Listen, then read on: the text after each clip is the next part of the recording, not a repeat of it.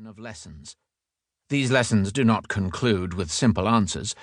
They aim to stimulate further thinking and help readers participate in some of the major conversations of our time. The book was written in conversation with the public. Many of the chapters were composed in response to questions I was asked by readers, journalists, and colleagues. Earlier versions of some sections have already been published in different form, which gave me the opportunity to receive feedback and hone my arguments. Some sections focus on technology, some on politics, some on religion, and some on art. There are chapters that celebrate human wisdom, and others that highlight the crucial role of human stupidity. But the overarching question remains the same. What is happening in the world today, and what is the deep meaning of these events? What does the rise of Donald Trump signify? What can we do about the epidemic of fake news? Why is liberal democracy in crisis?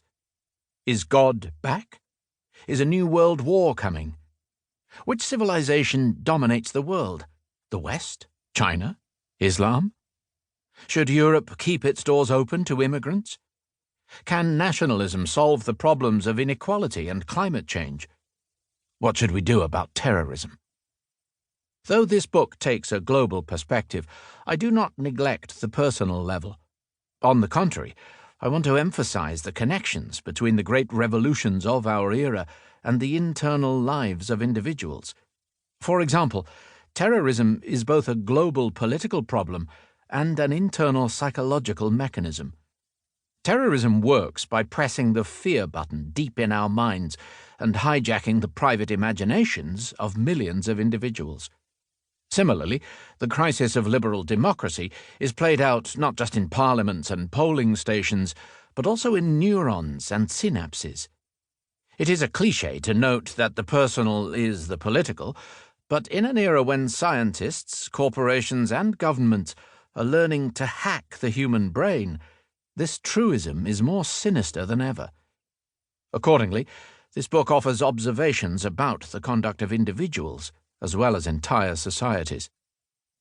A global world puts unprecedented pressure on our personal conduct and morality.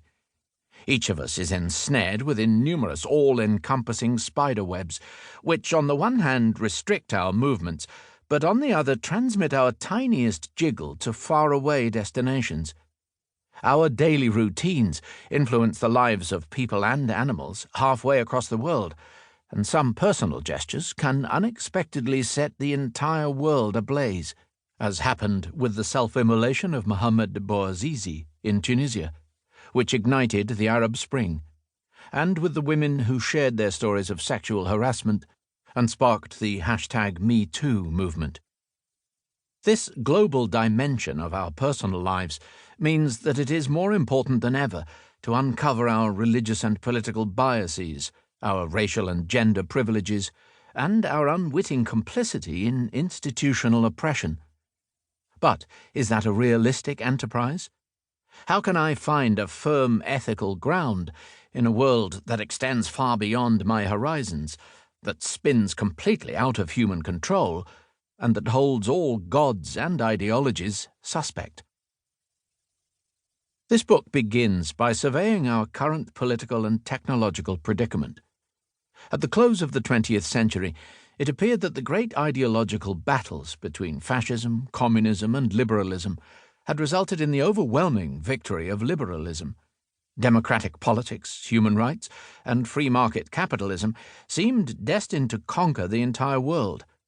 But, as usual, history took an unexpected turn, and after fascism and communism collapsed, now liberalism is in trouble.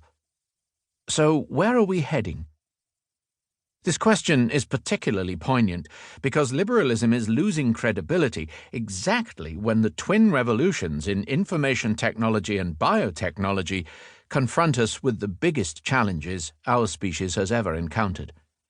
The merger of infotech and biotech might soon push billions of humans out of the job market and undermine both liberty and equality. Big data algorithms might create digital dictatorships in which all power is concentrated in the hands of a tiny elite, while most people suffer not from exploitation